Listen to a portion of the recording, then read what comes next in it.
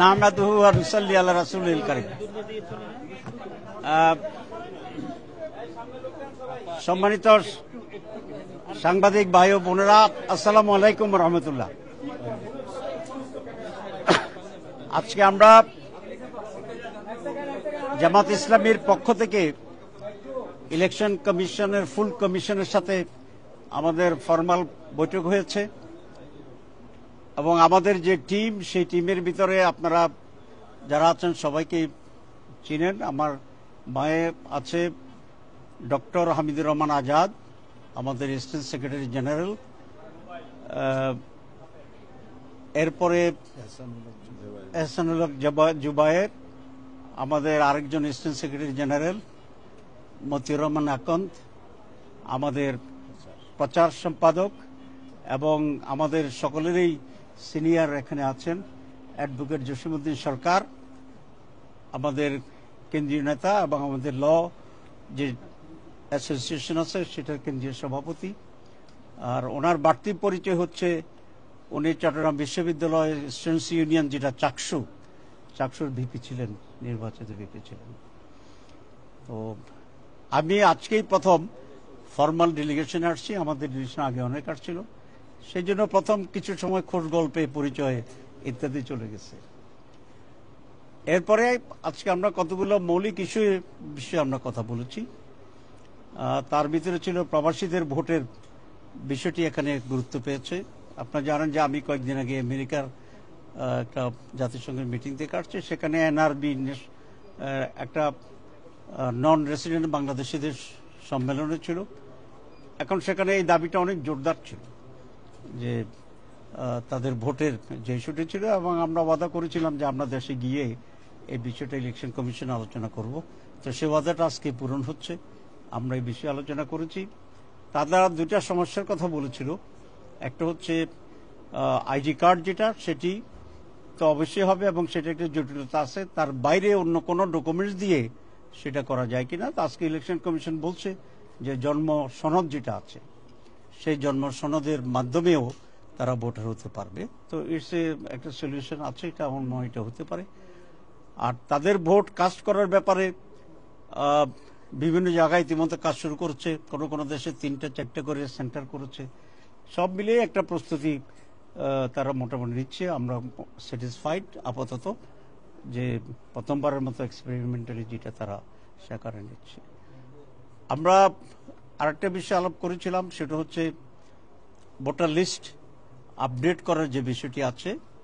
তো সেটা তো ওনাদের শিডিউলে যে ডেটটি আছে অক্টোবর, তারা বলছেন আমাদেরকে যে এর ভিতরে সেটাকে তারা সম্পন্ন করবে। এর সাথে আমরা বলেছিলাম যে ন্যাশনাল আইডি কম্পালসারি করা যাবে কিনা ভোট দেওয়ার জন্য, যাতে জাল ভোট না হয়। তো এটা ওনারা বলছেন যে ভোটার লিস্টে যে ছবিটা আছে সেটাকে তারা রিফ্রেশ করার চেষ্টা করছে যতদূর সম্ভব। যদি সেটা হয়ে যায় তো তাহলে এটার বাড়তিটা প্রয়োজন হবে না, ছবি সেখানে স্পষ্ট হবে। এরপরে আমরা বলেছি যে অফিসার নিয়োগের যে বিষয়টি আছে সেটি আমাদের গভর্নমেন্ট বলেছে যে তারা লটারির মাধ্যমেই এই সমস্ত নিয়োগগুলো করবে। তো সেটা যেন হয়, যাতে নিরপেক্ষতা বজায় থাকে, সেই বিষয়টির উপর আমরা জোর দিয়েছি। এটা গভর্নমেন্টের দায়িত্ব, তারা যেন সেটাকে গভর্নমেন্টের সাথে নেগোশিয়েট করে। আর যখন ইলেকশন ডেট ঘোষণা হবে তখন ইলেকশন কমিশনের দায়িত্ব এসে যাবে, অন্যরা যেন সেরকম একটা পদ্ধতি এটা ফলো করে। আমাদের পক্ষ থেকে আমরা এই রিকোয়েস্টটা ওনাদেরকে আমরা করে আসছি। এরপরে আমরা যেটা পিআর এর ব্যাপারে আমরা কথা বলেছি, যে পিআর পদ্ধতি আর ট্রেডিশনাল পদ্ধতি, দুইটা পদ্ধতি আছে। আগে তো ট্রেডিশনালি ছিল, কিন্তু আমরা দেখছি 54 বছরের নির্বাচনে ট্রেডিশনাল পদ্ধতি নির্বাচনকে সুষ্ঠু করে নাই, বরং অসুস্থ নির্বাচন আমরা পেয়েছি। সে কারণে আমরা বলেছি পিআর সিস্টেম যদি হয়, কেন্দ্র দখল, ভোট কেন্দ্র দখল, দিনের ভোট রাতে হওয়া, সেটার সম্ভাবনাটা কমে যাবে। তো আমরা বলেছি যে আপনারা দুইটা পদ্ধতির ব্যাপারে বিবেচনা করা উচিত। তারপরে এটা ফেট কি হবে সেটা নির্ধারণ করার পরেই বাকি নির্বাচনের রোডম্যাপের প্রস্তুতি সেটা হতে থাকবে। ওনারা আমাদের বক্তব্য শুনেছেন। এরপরে আমরা যেটা আলোচনা করেছি, আপনারা জানেন যে দেশে একটা গণভোটের সিদ্ধান্ত আমরা প্রায় নিয়েছি, যদি এখনো চূড়ান্ত রূপ নেয়নি। তো তো এটা নিয়ে দুই ধরনের মত রাজনৈতিক অঙ্গনে আছে। একটা হচ্ছে ন্যাশনাল ইলেকশন এবং গণভোট চার্টার, জুলাই চার্টারকে সাংবিধানিকভাবে ভিত্তি দেওয়ার জন্য। তো একসাথে হওয়ার ব্যাপারে কোনো কোনো দলের মত আছে। আমরা বলেছি না, এটা আলাদা হইতে হবে, কারণ দুইটা বিষয়। একটা হচ্ছে আমাদের কতগুলো রিফর্মস আছে, এটা ইলেকশন যখন হোক, ইলেকশন যেভাবে হোক, তার বাইরে এটা জাতির জন্য একটা স্থায়ী একটা রিফর্মসের বিষয়। তো যেহেতু এটা একটা আলাদা গুরুত্বপূর্ণ বিষয়, এটাকে আলাদা গণভোটের মাধ্যমেই এটার উপরে জনমত গ্রহণ করা এটা উচিত, এটা আমরা জোর করে বলেছি। এবং এক্ষেত্রে যে প্রস্তুতি দরকার, আমরা রিকোয়েস্ট করেছি যদি ন্যাশনালি সিদ্ধান্তটি হয় যেটা আলাদাভাবে হবে, যেটা আমরা চাচ্ছি নভেম্বরে, বাংলাদেশ জামাত ইসলামী সহ আমরা অনেকগুলো দল চাচ্ছি যেটা ইন্ডিপেন্ডেন্টলি হোক। কারণ হচ্ছে একসাথে যদি হয় কয়েকটি সমস্যা হতে পারে। প্রথম সমস্যা হচ্ছে যে প্রত্যেকটি দল তখন তার জাতীয় নির্বাচনের প্রতীকে বিজয়ের জন্যই ভেরি সিরিয়াস থাকবে, এবং রিফর্মস আছে কি নাই পাশে এটা তখন আর মাথা কাজ করবে না। দুই, ইলেকশন যদি কোনো জায়গায় দখল হয়ে যায় তাহলে রিফর্মসের ব্যালটও দখল হয়ে যাবে, শুধু একটার সাথে আর একটার ভাগ্য অঙ্গাঙ্গভাবে জড়িত হয়ে যাবে। তো কোনো কারণে ইলেকশন যদি কোনো জায়গায় স্থগিত হয়ে যায় তাহলে এটাও স্থগিত হয়ে যাবে, মানে কোনো রেজাল্ট আর আসবে না। কিন্তু দুটো একেবারে ভিন্ন ন্যাচারের। একটা হচ্ছে জাতীয় নির্বাচন জনপ্রতিনিধি করার জন্য, আর একটা হচ্ছে অ্যাজ এ হোল সকলের জন্যই একটা রিফর্মস।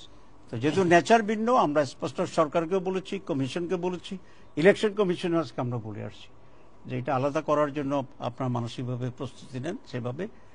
তো ওনারা এবং একসাথে দুইটা ব্যালটে ভোট হওয়া দুই নেচারের, এটার সময়ের ক্ষেপণেরও বিষয় আছে। আমরা এমনিতেই তো বেশি ভোটার আসলে একদিনেই নির্বাচন হইতে সন্দেহ হয়ে যায়। তো আমরা আমাদের সব যুক্তি দিয়েছি, ওনারা শুনেছেন। কিছু বিষয় আছে যে সরকারি সিদ্ধান্তের প্রশ্ন, তো ওনারা যেটা বলছেন সরকার যদি যেটা সিদ্ধান্ত নেয় আমরা সেটা এক্সিকিউট করব, আমাদের সেখানে কোনো সমস্যা হবে না, আমরা এটা করতে পারবো। তো এই সকল বিষয়ই আজকে মূলত আমাদের সাথে আলোচনা হয়েছে। জনাব নায়েব আমির সাহেব, আমার একটা প্রশ্ন, যেটা বলছেন গণভোটকে দুইটা আলাদাভাবে আমরা চিন্তা করছেন জামাত ইসলাম, যেহেতু আপনি যে দেশের এই ক্রান্তিকালে আপনি জানেন যে খরচের একটা বড় বিষয় আছে আর কি, আর জামাত ইসলাম তো সবসময় চেষ্টা করেন যে সাশ্রয়ী জীবনযাপনে অভ্যস্ত আর কি, তারা কেন গণভোট এবং জাতীয় নির্বাচন দুটো আলাদা চাচ্ছেন বলেছেন, কিন্তু এই সমস্যাটা খুব একটা তো সমস্যা হওয়ার কথা না, যেহেতু ব্যালট আলাদা থাকবে ভোট দেওয়ার ক্ষেত্রে। জি, প্রথম কথা হচ্ছে গণভোট তো খুব একটা সিম্পল একটা ইলেকশন, এখানে কোনো খুব বড় ধরনের কোনো ফাইন্যান্সিয়াল ইনভলভমেন্ট নাই। এখানে যে বাক্স আপনি গণভোটের জন্য কিনবেন, যেহেতু ইলেকশন কাছেই, ওই বাক্স দিয়ে ন্যাশনাল ইলেকশন হবে, অথবা ন্যাশনাল ইলেকশনের যে বাক্স কিনবেন এটা কয়েকদিন আগে কিনে ফেললে এটাতেই হয়ে যাবে।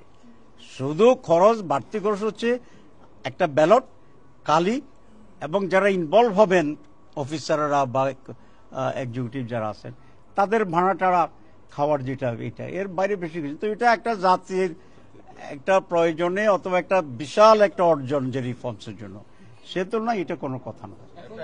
দুই হচ্ছে আপনি যেটা বলেছেন সেটা যদি হয় তাহলে তো আমাদের local government election, national election, গণভোট সব ইলেকশন মিলাইয়া একদিন করতে হবে। তো সেটা কি পসিবল? সেটা পসিবল না।